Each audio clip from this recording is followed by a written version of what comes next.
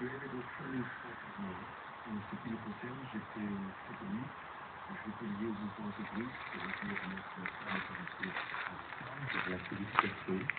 Et puis j'ai appris pendant les installations, les messes, c'était des grecs. Alors j'ai créé un groupuscule encore plus intégriste.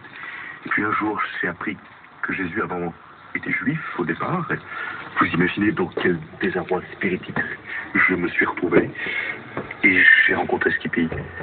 Et depuis, j'ai découvert une totale liberté de pensée cosmique vers un nouvel âge réminiscent. Moi, avant, j'étais un vrai zonard.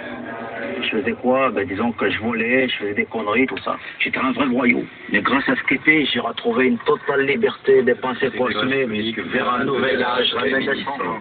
Et vous ne volez plus? Si, bien sûr. Mais je donne tout à Skippy. Vous n'avez pas peur des charlatans?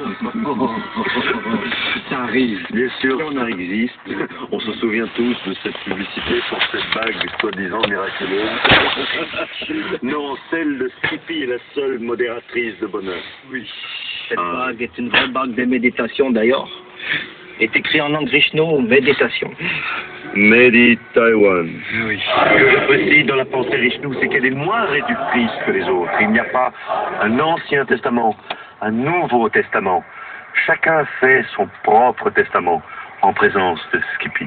Skippy, c'est après bien des parlementations qu'il a bien voulu nous accorder une brève interview.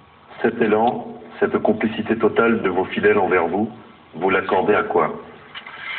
Moi, j'y suis pour rien. Hein. Je suis que le maillot véhiculatoire de la pensée Vishnu. Hein.